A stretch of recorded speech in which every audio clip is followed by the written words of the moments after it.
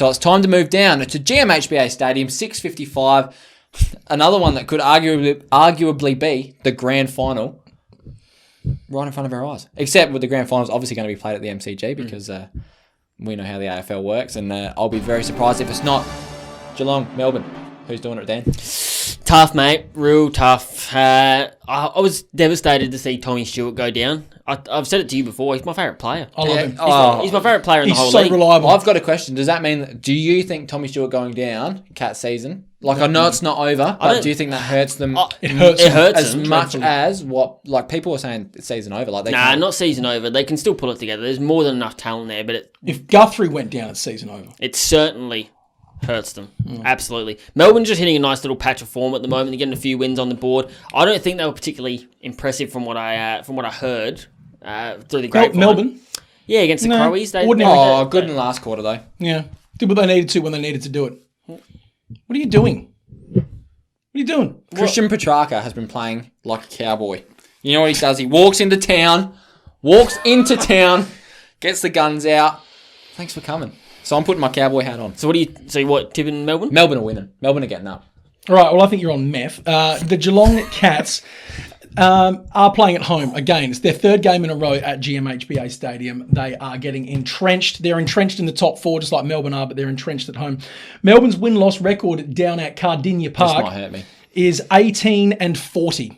Their win-loss record. It's not that bad 18-40. considering. They've played 58 games there before. That's very... That's probably the most surprising thing. I would think that is actually very good. The What last do you boys think? No, I don't think that's that bad. It's pretty junk. Geelong, yeah, but I would expect it to be like 6 and Geelong 40. would have barely lost 40 games there since their inception. That's why I think 18 wins is quite good. It's not. The point being like that that might be quite good amongst every other team that's ever played there. Gold like a Coast has never 30% won hit there. rate. Port Adelaide has That's only my won. point. Port Adelaide's won twice there in their entire history. So comparatively, it's good.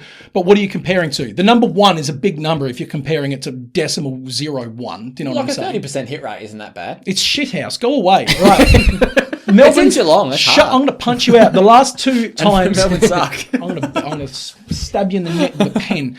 No. So look, seriously, if Melbourne are going to have a win, their best chance would be to do it at the G. The last two wins that Melbourne have had over Geelong have been at the G. This is not happening this case. I suspect O'Connor. He came off a big assignment last week in the last half against the rampaging Jack Steele and held him down. Which was very impressive. We said it couldn't be done. Mm-hmm. And it was done and really well. I see O'Connor going straight to Oliver, whereas on the other hand, Guthrie is back. Danger is hitting his straps at just the right time. Geelong's win rate at home is 67%. 67% of all games they've ever played at home, they've won. Interestingly, Geelong are also paying $1.85 in terms of odds at the moment. Historically, they have won 60% of all games that they have ever been rated at $1.85 odds to win. You sold me. I'm tipping Geelong. I'm on Geelong. I'm tipping the Cats. I've got the D's, mate. I think the D's are the informed team of the competition with Port Adelaide. Like, I don't know. Geelong's lost to GWS. You've been drinking that sour. You've been drinking that Fox Footy bathwater. It's been sitting sour, mate. It's been sitting sour, and I don't have Foxtel. All that I've learned from all of this, right? The grand final is wide open. Yes. You said it when you said it at the start of the pod. Could be, Whoever couldn't turns be. up is going to win it. And that's never been truer than this season. I don't think there's a real standout in this whole crowd. No one stamped their authority. Whoever preps best on the home straight for this is going to come home. You know what? Someone could stamp their authority this round. I will be jumping on the bandwagon of the team that really shows it because they know that it matters this That week. is a classic Des move as well. And it is. Yeah, back it's back the winner with 50 metres to go. It's a very fair and valid tell point, though. everyone. Yeah, I got on them.